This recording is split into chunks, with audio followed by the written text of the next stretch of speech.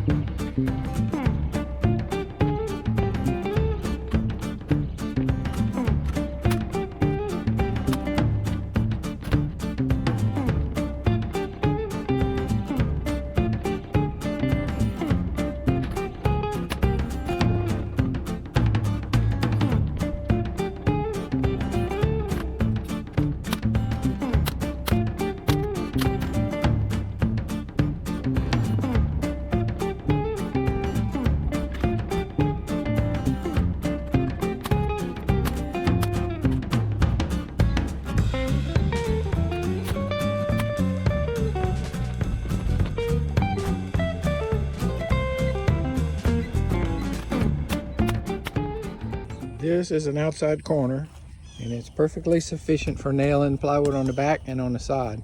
But I got nothing to nail the sheetrock, or in my case, 1/4 inch plywood on this inside corner and this inside corner. So I got a 1x to go here, and I got a scrap from a rip to go in here. We'll nail this all together and we'll have a inside corner. Okay, I can't put this off any longer. I need to figure it out. So from what I can measure, it's going to come up less than 2.5 inches to be level. And then it looks like from all the information I can get, the swing up is the same as the swing down. So that's another less than 2.5 inches. So that's like 4.5 inches that it's going to come up higher than it is now, maximum. So if I put the tire on here and measure it, I'm like 3.5. So I'm gonna come up another 1.5 inches. I'll just run a 2x on top of here and then put plywood on top of that. And that'll give me an extra little safety factor. And I guess we'll be all right with that, I hope. So I've got a skeleton up in the front part, and I got a beam to go over the wheel well. It's kind of confusing, but the wall's gonna go straight through here. Like there's nothing happening. There's just gonna be a bump in the floor. And I got to looking at my math, and I've made a mistake. I didn't account for this 4.25 inches here. I knew the frame was 24 inches off the ground. I knew that my legal maximum height was 13.6, and I went from there, and I forgot about that 4.25 inches. The front part's gonna be okay, but the bathroom ceiling is going to be almost conflicting with the overhang up top. So I am going to lower it 6 inches. I'm going to cut 6 inches off the top of those studs. And I don't really want to because it's in such good shape now, but I'm going to. Since I'm making backwards progress here, I thought it would be cool to get the little music ditty that I played when I was putting it together and play it backwards. But I couldn't figure that out, so I didn't do it.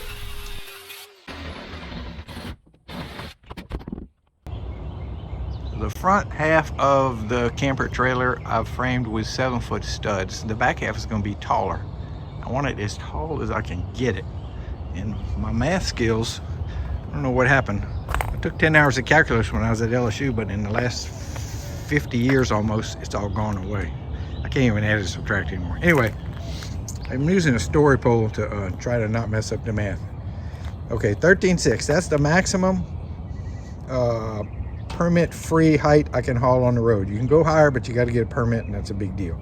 So we're going to start out with 13.6. And I measured from the concrete to the top of the trailer frame when I still had it on tires, and it was 2 foot. So I'm going to subtract in 2 foot. And this is what I forgot in the bathroom. On top of the metal frame, I have a 2x4 and plywood, so that's 4 1/4. And then on the tall part, I'm going to use 2x4 top plates, and I already have a 3/4 bottom plate, so that's another 3 3/4. And if I use 5/12 pitch, it spans 4 feet, so that's 20 inches, and then plus the bird's mouth, so that's another 24 inches.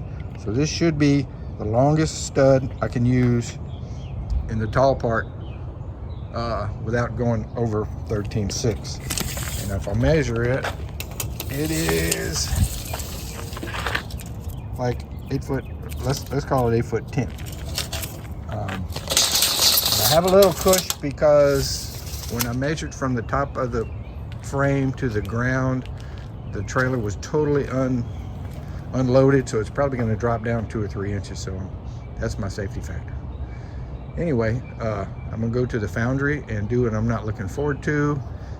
Drag out some of those heavy boards and bring them home and cut them up into making studs. Over at the foundry to bring some of these big timbers home. This is cypress, but it's not good cypress. We got screwed by the lumber mill. Almost every one of these heavy boards has a pith in the middle, which is not ideal. And it's a pain because I got them covered with tin and stuff, but I'm gonna pull out some and bring them home. I'm gonna use them up. Back when I had a real job, one of our projects was building a sector gate kind of in a swamp. We had to clear 14.5 acres. So me and 3 other guys from work, we shared the cost of hauling the trees that we cut down, which was a lot of them, to a lumber mill. The mill had agreed to cut all the logs into 1 inch and 2 inch boards, and they were going to keep half for payment and give us half. And it turned out to be like 14,000 board feet. There was a lot. I had 4 stacks like this, but we didn't realize until later that all the boards we have, or that the lumber mill didn't keep, are the ones with the pith in the middle. So I know it was intentional. We just got screwed. Okay, I'm taking home this many. Is it enough? I don't have a clue, but I can get several studs out of each one of these. So I got to cut them 8'10". That'll leave 7 foot, so that's good. I can use them for the long studs and the short studs. Get my saw out, get my tape measure out, and we'll start cutting. Got them all stacked in the truck, and these things are not light. Cypress is usually kind of light, but these are not light. Look how many growth rings there are per inch. This stuff's pretty hard. It's kind of a shame to use it for framing, but wait a couple more years, I won't be able to pick them up. There's still more left, so I'm going to cut this up for framing. Well, our first 2 windows were the easiest. My son had them in his attic.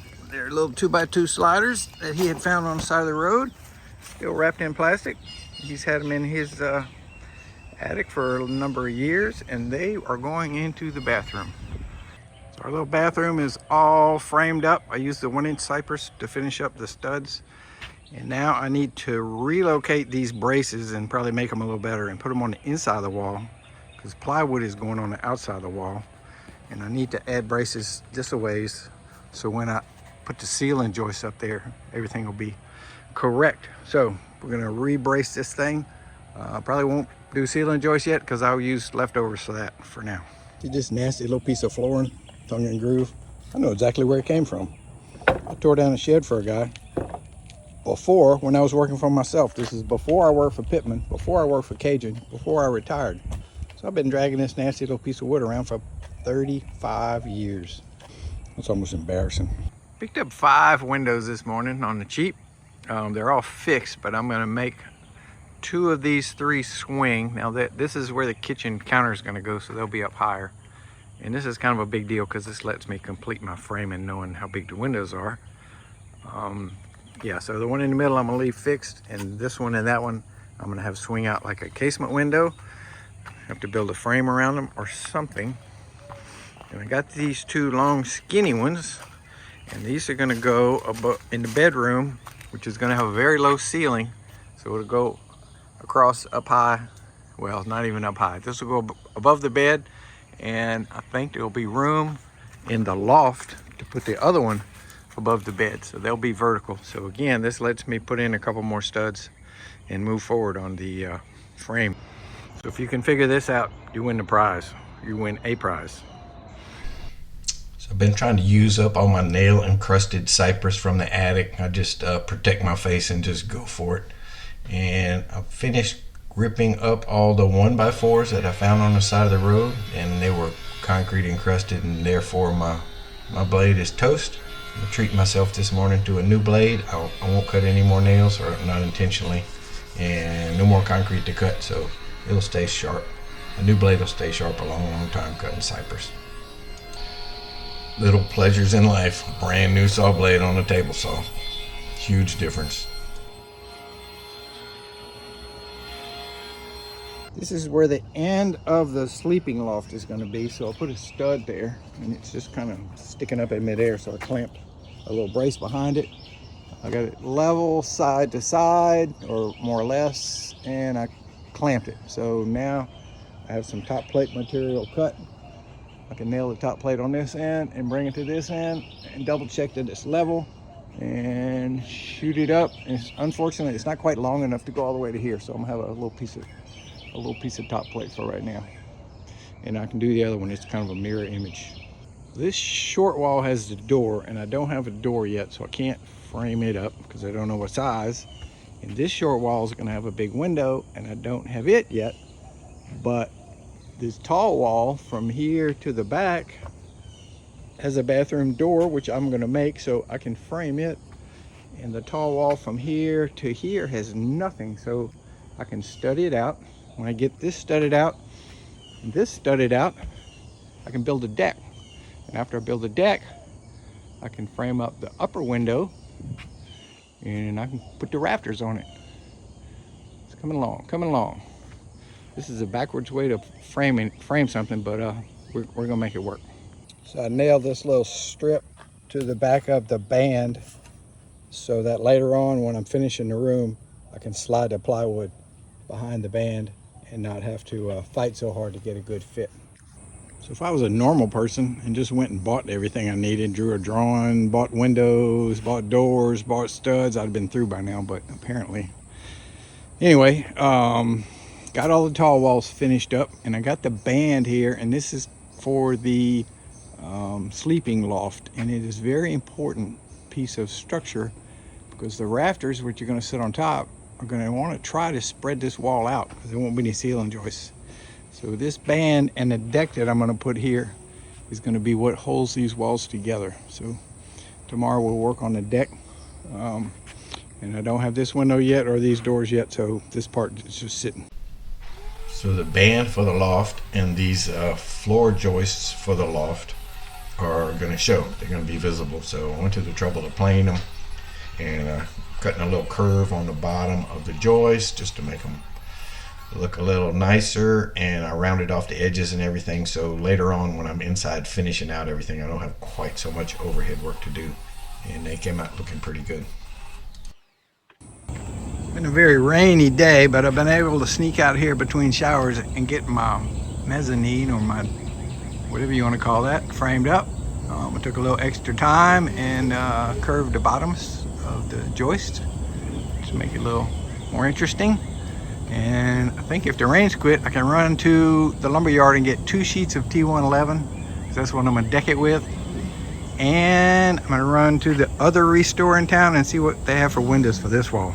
It'd be nice to get this wall framed up. Went to 3 different lumber yards to find this stuff. I call it T111. They had another name for it, but this is what I'm gonna put up on the loft with the this side facing down, so it'll kind of look like a wooden ceiling.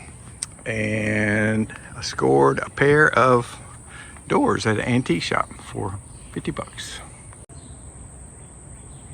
So the first little hint of finish work is these ceiling beams with a nice little curve and what I call T111 plywood up top.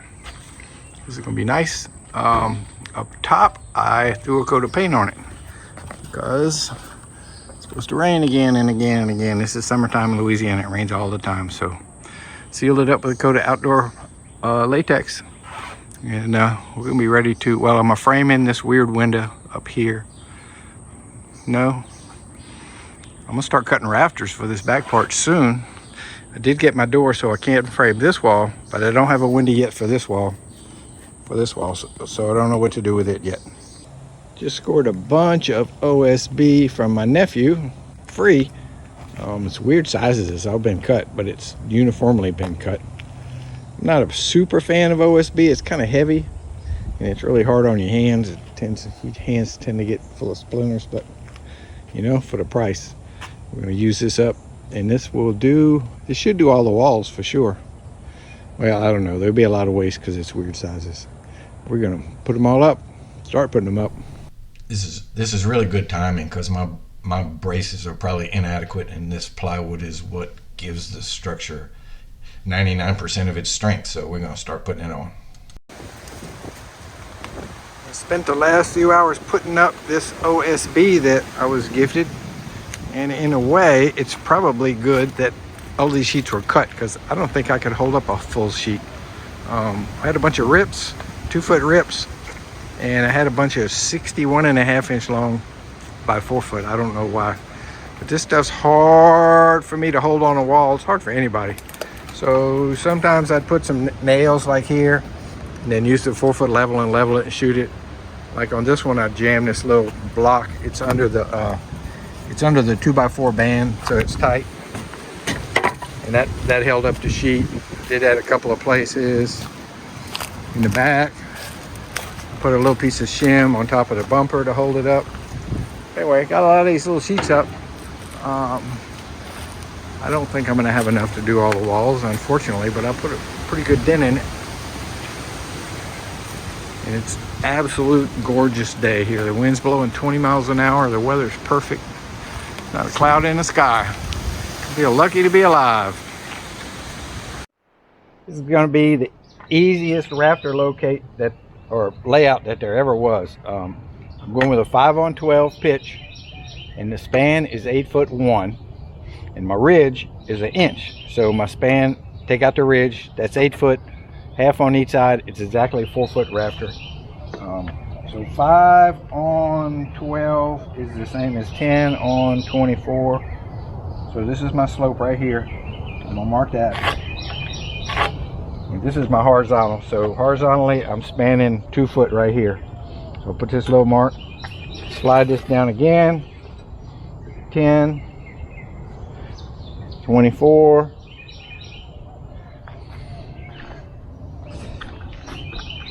so right here at the 24 mark, that's my rafter. That's it. Well, it's not it totally. So I can use the speed square and get this 5-on-12, or I can use the framing square and go 5 and 12. It's going to give you the exact same thing.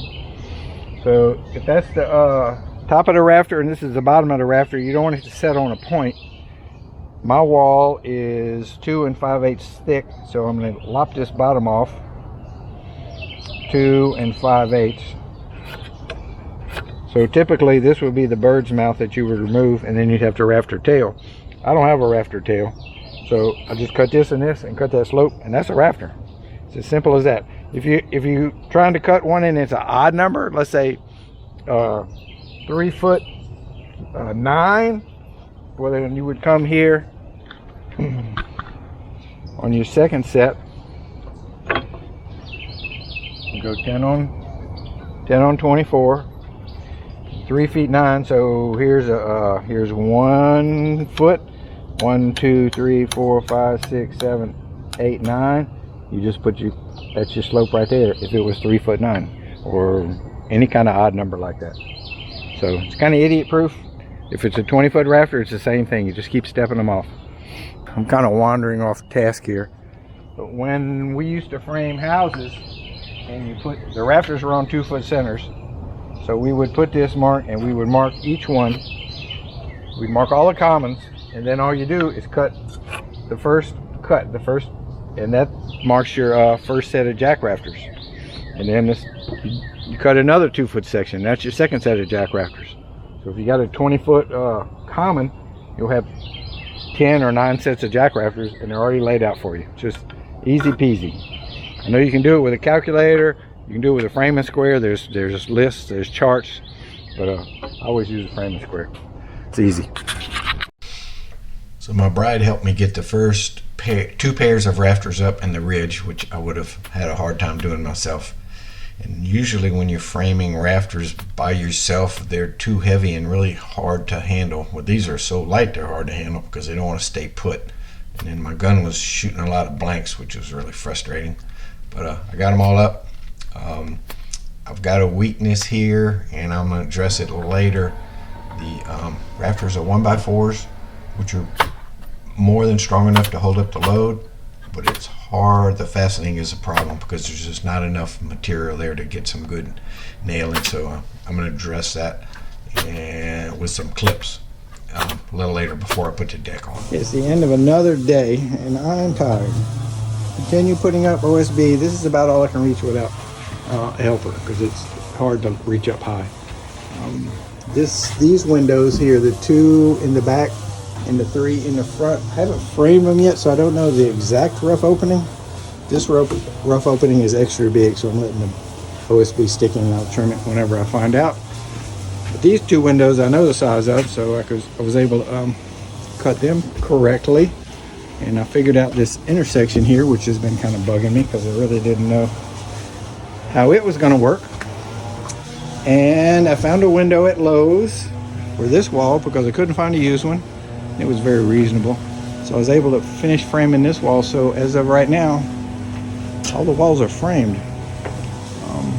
What's left is rafters and a lot of some bracing. Oh, let me show you what I did upstairs. So on the upstairs window, it was too low. It was too low. If you start from the double top plate and go down, it was just too low. So I cut through the double top plate, which is a little weird. I added 1 more block on each side, and then I put another double top plate up higher, which is fastened to the rafters. So that let me pick the bottom of the window up, and now it's more proportional. It looks better. And I don't like the way, I kind of wish I'd have put these rafters on 16-inch centers, but I didn't. I put them on 2-foot centers. And they're just 1x4s, which is plenty strong enough to do the raftering, but it makes for a tough connection because it's hard to shoot a nail, a couple of nails in the 1x4. They kind of want to split. So I'm cutting a bunch of more little L brackets. They're going to go like this, and I'm going to bolt them, well, on this side. I'm going to put one on every rafter and bolt them down because right now the strength I have generated holding the rafters down is semi-marginal. I want it to be semi-bulletproof.